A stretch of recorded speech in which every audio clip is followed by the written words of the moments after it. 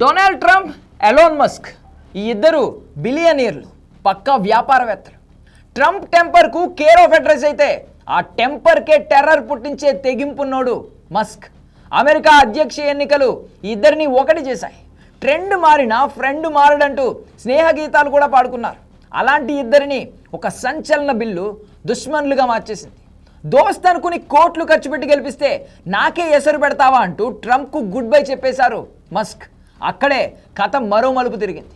అమెరికాలో ప్రస్తావనకు వచ్చిన ప్రతిసారి ప్రకంపనలు పుట్టించే ఎప్స్టైన్ ఫైల్స్ను సీన్లోకి తెచ్చారు.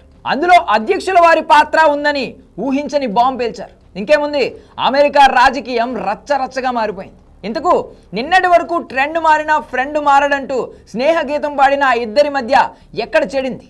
అసలు ఏంటి ఎప్స్టైన్ ఫైల్స్? వాటిలో ట్రంప్ పేరున్నట్లు నిర్ధారణ అయితే ఏం జరుగుతోంది? ఇవాళ టాప్ స్టోరీలో చూద్దాం.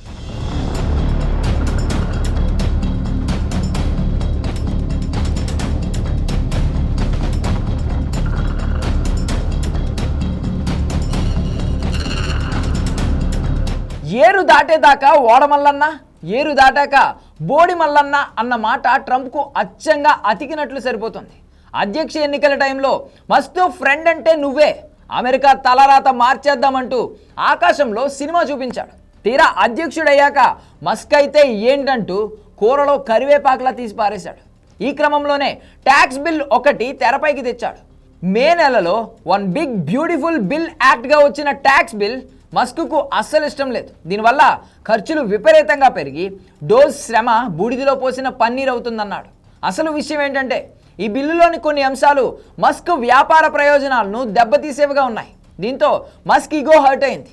ట్రంప్ ఇచ్చిన పోస్ట్కు దండం పెట్టి బయటకు వచ్చేశాడు. అప్పుడే సంచలన ఎప్స్టైన్ ఫైల్స్లో ట్రంప్ పేరుందని బిగ్ బాంబ్ పేల్చారు. ఇది అమెరికా రాజకీయంలోనే అతిపెద్ద ఆరోపణ.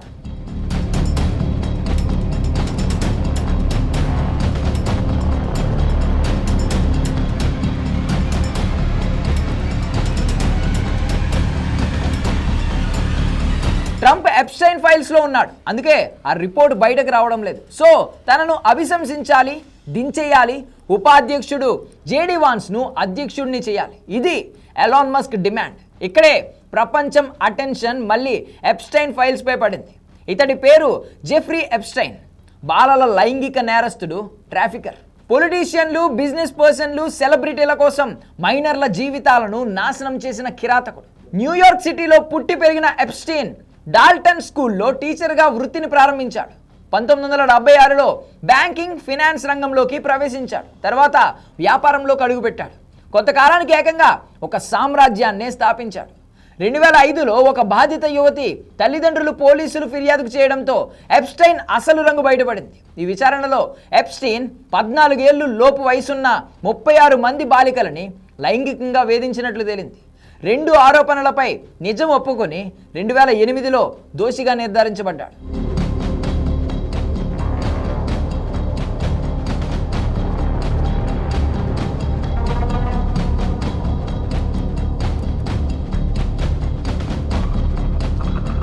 మరోవైపు కేవలం 2 నేరాలపై మాత్రమే విచారణలు జరిగి 13 నెలలు జైలు శిక్ష తర్వాత ఎప్స్టైన్ విడుదలయ్యాడు. 2019 జూలైలో న్యూయార్క్, ఫ్లోరిడాలో మైనర్ల ట్రాఫికింగ్ ఆరోపణలపై మళ్ళీ అరెస్ట్ అయ్యాడు. విచారణ సమయంలోనే ఈ క్రిమినల్ అమెరికా జైల్లో సూసైడ్ చేసుకున్నాడు. అతని చీకటి రహస్యాలు బయటపడింది కొద్ది విచారణలోనే. దీంతో ఎప్స్టైన్, అతనితో సంబంధం ఉన్న వారిపై చట్టపరమైన కార్యకలాపాలను నిలిపేశారు. అక్కడే చాలా ప్రశ్నలు మిగిలిపోయాయి. ఎప్స్టైన్ ఆత్మహత్య వ్యవహారం పైన అనుమానాలున్నాయి. ఇక ఎప్స్టైన్ ఫైల్స్ పాయింట్కి వస్తే కేసు విచారణలో కనుగొన్న డాక్యుమెంట్లు, కాంటాక్ట్ లిస్టులు, కాల్ రికార్డులు, వీడియోలు, అతని సహచరులు, క్లయింట్ల పేర్లు, ఇతర విచారణ సహా అన్నింటినీ కలిపి ఎప్స్టైన్ ఫైల్స్గా పిలుస్తారు. వీటిలో ఇప్పటి వరకు కొన్ని రికార్డులు విడుదల చేశారు. ఈ ఏడాది ఫిబ్రవరి నెలలో అమెరికా డిపార్ట్మెంట్ ఆఫ్ జస్టిస్కు సంబంధించిన ఒక document Trump, Michael Jackson, actor Alec Baldwin, producer Weinstein, Epstein contact లిస్ట్లో ఉన్నట్లు వెల్లడించింది. కానీ ఈ వ్యక్తుల ప్రమేయం గురించి పూర్తి వివరాలు బయటకు రాలేదు. ఇక్కడ ప్రశ్న ఏంటంటే ఎప్స్టైన్ ఫైల్స్లో ట్రంప్ ప్రమేయం బయటకు రాలేదా, రానివ్వలేదా అన్నది. మస్క్ పాయింట్ కూడా ఇదే.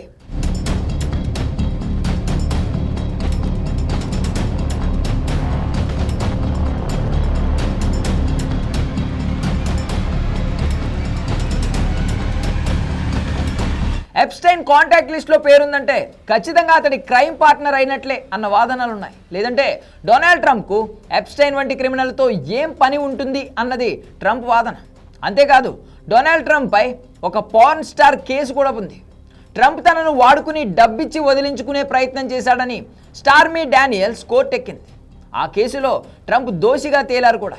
ఇలాంటి సమయంలో ఎప్స్టైన్ ఫైల్స్లో ట్రంప్ పాత్ర ఉందన్న మస్క్ ఆరోపణలు చూస్తుంటే అమెరికాలో ఏదో పెద్ద రచ్చే జరిగేలా కనిపిస్తోంది. అందుకే అంటారు ఎవరితో పెట్టుకున్నా బెస్ట్ ఫ్రెండ్తో పెట్టుకోవద్దు అని.